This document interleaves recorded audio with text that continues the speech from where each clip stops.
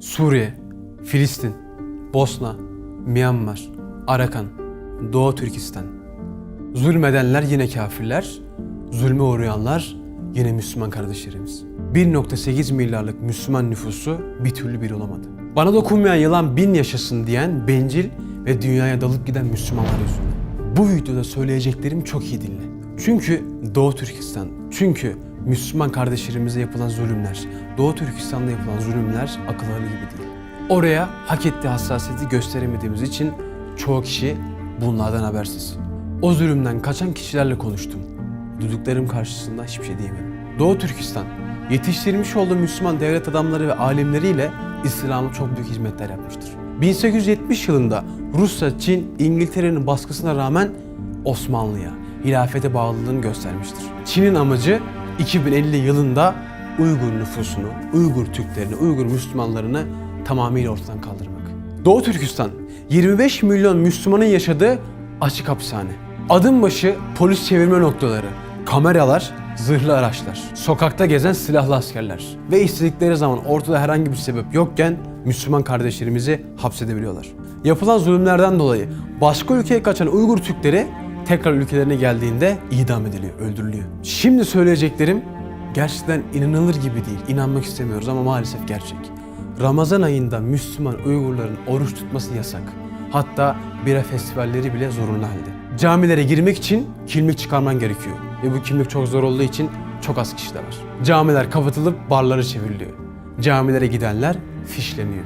Evde Kur'an-ı Kerim veya dini eser barındırmak yasak. Erkeklerin sakal bırakması, kadınların çarşaf giymesi de yasak. 1 milyon Uygurlu Müslüman Türk şu an toplama kamplarında tutsak durumdalar. Ve işin kötü yanı şu ki, dünya bu zulme sessiz kaldığı için bir yılda bu kamplar 3 kat daha büyümüş. 15-22 yaş aralığındaki Müslüman bacılarımız zenginleştirme ve çalışma politikalarıyla Çin'in iç bölgelerine zorla gönderiliyorlar. Devlet ve mafya işbirliğiyle bu Müslüman bacılarımız Çin'de fuhuşa zorlanıyorlar. Bu durumda olanların 1 milyonu aştığı söyleniyor. Düşünsene, Müslüman kardeşlerimiz. Ve bu kadarıyla bitmiyor. Duyduğumda gerçekten şok olduğum ve duyanların gerçekten sinirlendiği bir olay daha var. Doğu Türkistan'da yaşayan Müslüman erkekler toplama kamplarında hapsedilirken evde kalan bacılarımız, annelerimizin yanına da zorunlu olarak Çinli bir tane erkek koyuyorlar. Düşünsene kardeşim. Düşün, eşinin, kız kardeşinin veya annenin yanına Çinli bir tane veya yabancı bir tane adam koyuyorlar. Ve sen neredesin? Hapishanedesin. Ve reddetme hakları yok. Oradaki Müslüman bacılarımız zorla Çinli erkeklerle evlendiriliyor. Hayır diyemiyorlar çünkü zorundalar.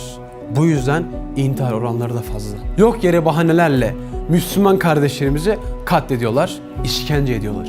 İbadet edenleri acımasızca dövüyorlar.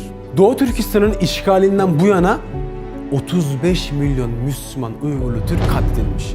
İkinci Dünya Savaşı'nda 60 milyon insan ölmüştü. Şimdi anladınız mı zulüm ne kadar büyük? Abisine sığınan savunmasız kız çocuklarını gördükçe utanıyorum. Çünkü o abisinin sığınacak başka Müslüman abileri maalesef yok. 1,8 milyar Müslümanın birçoğu çok başka alemlerde. Bu videoyu yapmadan önce Doğu Türkistanlı 2 tane abimizle konuştuk. Bana anlattıklarını duyduğumda inanmak istemedim. İlk konuştuğumuz kişi şunları iletti bize. Daha önceden namaz kılmak, sakal bırakmak, tesettüre girmek yasak olmuştu. Kur'an tutmak, seccade yasak olmuştu. Her bir aileden erkekleri hapse atıyor, Nazi kampı tarzı kampları götürüyor. Ondan sonra evde kalan kadınların evlerine Çinli erkekler sokuyorlar ve buna kardeş projesi diyorlar. Eğer kardeşlerimiz karşı çıkarsa onları da terörist zihniyetli hapse atıyorlar. Sokaklarda gördükleri Müslüman kızlarla evlenmek istiyorlar, kız reddederse o kızı da hapse atıyorlar. Bundan dolayı kızlar mecburen Çinlilerle evleniyor. Hapishanedeki ailelerin çocukları alınıp, asimile edilip komünizmi benimseyerek büyüyorlar. Hapiste olmayan Uygur Türklerine domuz eti yedirip içki içiriyorlar. Eğer bunları yapmazlarsa terörist denilip hapse atılıyorlar. Zulüm o kadar fazla ki bizim de anlatmaya dilimiz varmıyor ve insanlar bu zulme inanmıyor gerçek olacağını. İkinci konuştuğum kişiyle direkt ben konuştum. 35 yıl boyunca bu zulmü orada görmüş. Bana şunları anlattı. 4 yıldır ailemden haber alamıyorum. Arayıp ulaşamıyor. Gidemiyordu çünkü gittiğinde idam edilecek, öldürülecek. Bana dedi ki, eğer kızım yaşıyorsa 17 yaşında şu an. Yeni doğan çocuklarımı sesini bile duymadı. Babası ve 2 tane erkek kardeşi şu an toplama kamplarında hapiste.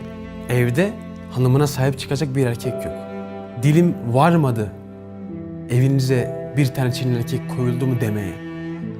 Üstü kapalı, peki abi biliyor musun orada denildiği gibi taciz veya tecavüz oluyor mu dediğimde çok üzüntülü bir ses tonuyla bu soruya hangi vicdan cevap verebilir diye bana biraz derdineşte bulundu ve ben gerçekten ne demek istediğini anladım.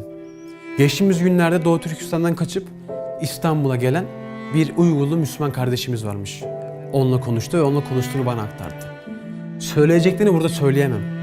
Ama aynı soruyu o abimiz o hanım kardeşimize yönlendirmiş. Size taciz ettiler mi dediğinde hıçkıra hıçkıra ağlayıp kızmış böyle bir soru sorduğunda. Gerisini siz düşünün.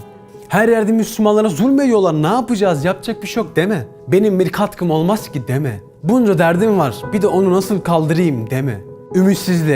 Ümitsizliğe sakın ama sakın düşme. Çünkü alemi İslam'ın içinde bulunduğu durumun belki de en büyük nedeni ümitsizlik. Ümitsizlik, alemi İslam'ın kalbine girmiş dehşetli bir hastalıktır. Ümitsizlik biz Müslümanları bitme derecesine kadar getirmiş. Büyük İslam alemi paramparça edilmiş.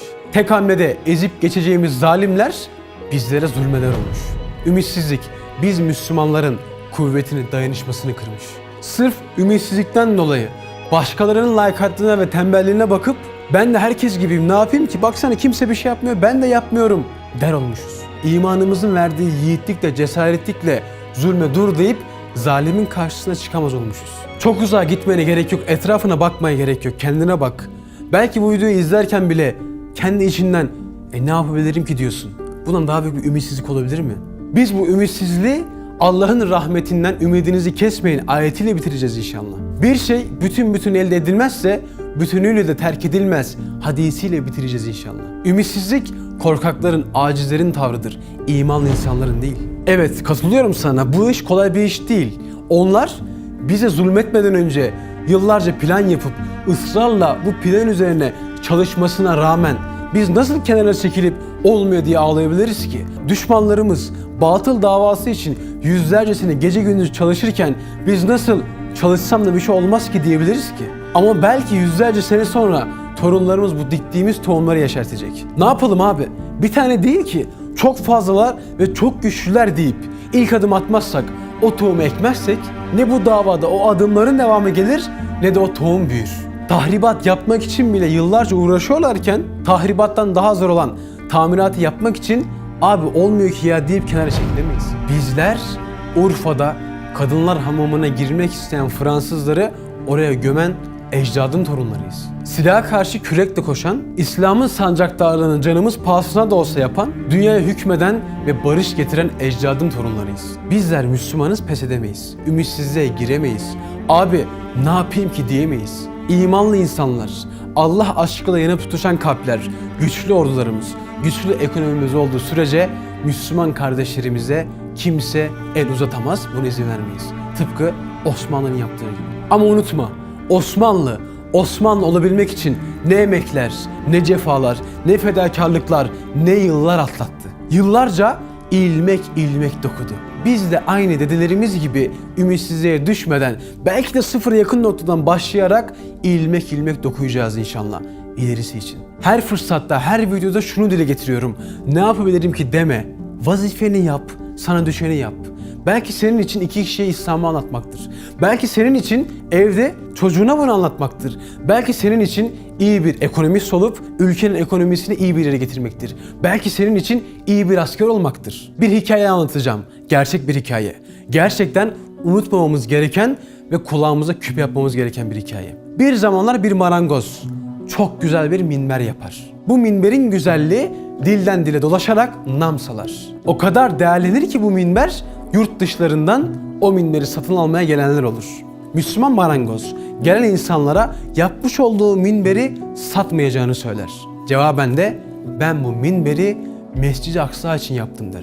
Ki o zamanlar Kudüs Haçlıların kontrolünde ve oldukça güçlüler. Bu cevabı duyanlar tabii ki onu güler. Derler ki Kudüs Haçlıların kontrolünde. Sen bu minberi yapmışsın ama hayal kuruyorsun diye dalga geçerler. O marangoz da şunu söyler. Ben bir marangozum. Benim elimden minberi yapmak gelir. Ben minberi yaparım. Kudüs'ü de gider bir fetheder. O da onun görevidir.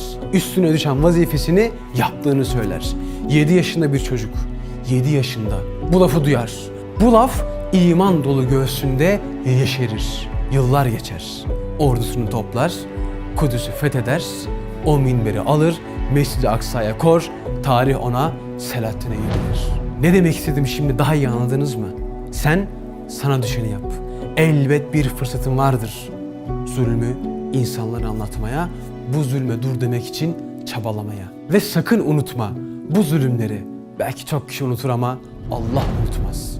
Belki çok kişi görmez ama Allah görür. Zalim izzetiyle, mazlum zilletiyle bu dünyadan göçüp gidiyor. Demek ki büyük bir mahkemeye, ahirete sevk olunuyor. Çünkü o zalimlerin yapmış olduğu zulümlerin karşılığını verecek ceza süresi burada yok.